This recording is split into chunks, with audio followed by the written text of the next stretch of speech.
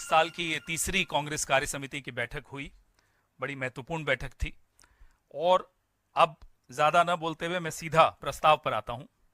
आज संसद के शीतकालीन सत्र के बीच में कांग्रेस कार्य समिति की बैठक हुई, जो अब तक 3 महत्वपूर्ण राष्ट्रीय मुद्दों पर तत्काल चर्चा करने से मोदी सरकार की हठधर्मिता के कारण विफल रहा है। हाल ही में उस व्यापारिक समूह द्वारा किए गए भ्रष्टाचार के बारे में खुलासे, जिसके साथ खुद प्रधानमंत्री का अत्यंत सबसे ज्यादा घनिष्ठ संबंध है, नंबर 1। नंबर 2, मणिपुर में जारी हिंसा और प्रधानमंत्री द्वारा सभी जिम्मेदारियों से मुंह मोड़ना। नंबर 3, इसी का पहले मणिपुर का हिस्सा, जिन्होंने मई 2023 के बाद से एक बार भी इस संकटग्रस्त राज्य का दौरा नहीं किया है। और तीसरा, हाल ही में उत्तर प्रदेश और विभिन्न राज्यों में सांप्रदायिक तनाव को बढ़ावा देने के लिए भारतीय जनता पार्टी द्वारा व्यवस्थित प्रयास। पूजा स्थल विशेष प्रावधान अधिनियम 1991 के अक्षरशः और भावना के प्रति अपनी दृढ़ प्रतिबद्धता को दोहराने के बाद, जिसका भारतीय जनता पार्टी द्वारा बेशर्मी से उल्लंघन किया जा रहा है, कांग्रेस कार्य समिति ने 4 विधानसभा चुनावों के परिणामों के बाद भारतीय राष्ट्रीय कांग्रेस के सामने आने वाली चुनौतियों पर भी चर्चा की।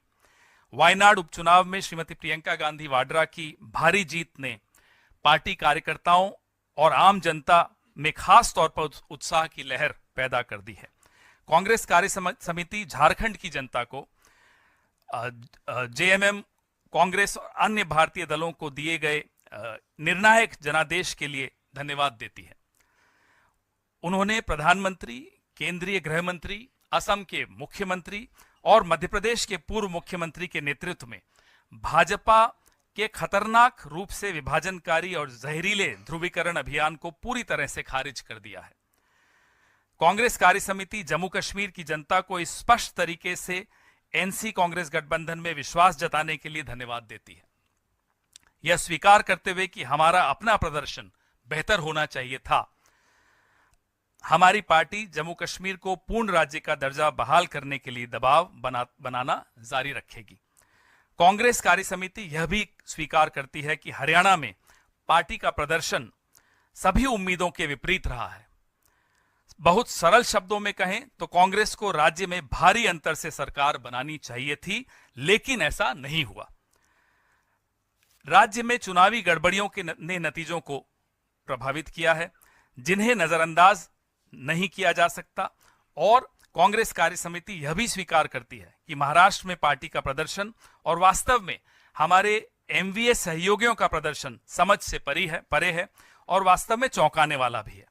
चुनावी नतीजे सामान्य समझ से परे हैं। यह स्पष्ट रूप से लक्षित हेरफेर का मामला प्रतीत होता है। कांग्रेस कार्य समिति अपनी आशा और विश्वास व्यक्त करती है कि कांग्रेस अध्यक्ष जल्द ही विस्तृत राज्यवार समीक्षा पूरी करेंगे और आवश्यक अनुवर्ती कार्रवाई करेंगे, खासकर संगठनात्मक मामलों के संबंध में। इन मामलों पर एआईसीसी स्तर पर और सभी राज्यों में तत्काल ध्यान देने की आवश्यकता है। कांग्रेस कार्य समिति सभी स्तरों पर कांग्रेस के संगठन से इस मोड़ पर अधिकतम शक्ति और दृढ़ता को जुटाने का आह्वान करती है। निराश होने या घबराने की कोई जरूरत नहीं है। पहले से कहीं अधिक एकता और अनुशासन की आवश्यकता है। भारत जोड़ो यात्रा, भारत जोड़ो न्याय यात्रा और लोकसभा चुनाव अभियान के दौरान पार्टी ने लोगों के सामने जो मुद्दे रखे थे, वे हमारे देश के लोगों के लिए दैनिक चिंता के मुद्दे हैं। पार्टी को अपने नैरेटिव को लगातार मजबूत करना चाहिए। इसमें पूर्ण सामाजिक न्याय सुनिश्चित करने के लिए जाति जनगणना, अनुसूचित जातियों, अनुसूचित जनजातियों और ओबीसी के लिए आरक्षण पर 50% की सीमा को हटाना, राजनीतिक संरक्षण के माध्यम से अर्थव्यवस्था में बढ़ते एकाधिकार पर नियंत्रण और निरंतर मूल्य वृद्धि और बढ़ती बेरोजगारी शामिल है। अंत में सीडब्ल्यूसी का मानना है कि पूरी चुनाव प्रक्रिया की अखंडता से गंभीर रूप से समझौता किया जा रहा है। स्वतंत्र और निष्पक्ष चुनाव एक संवैधानिक जनादेश है, जिसे चुनाव आयोग की पक्षपातपूर्ण कार्यप्रणाली द्वारा गंभीर सवालों के घेरे में लाया जा रहा है। समाज के कई वर्ग निराश और बेहद आशंकित हो रहे हैं। कांग्रेस इन जन चिंताओं को एक राष्ट्रीय आंदोलन के रूप में उठाएगी। धन्यवाद।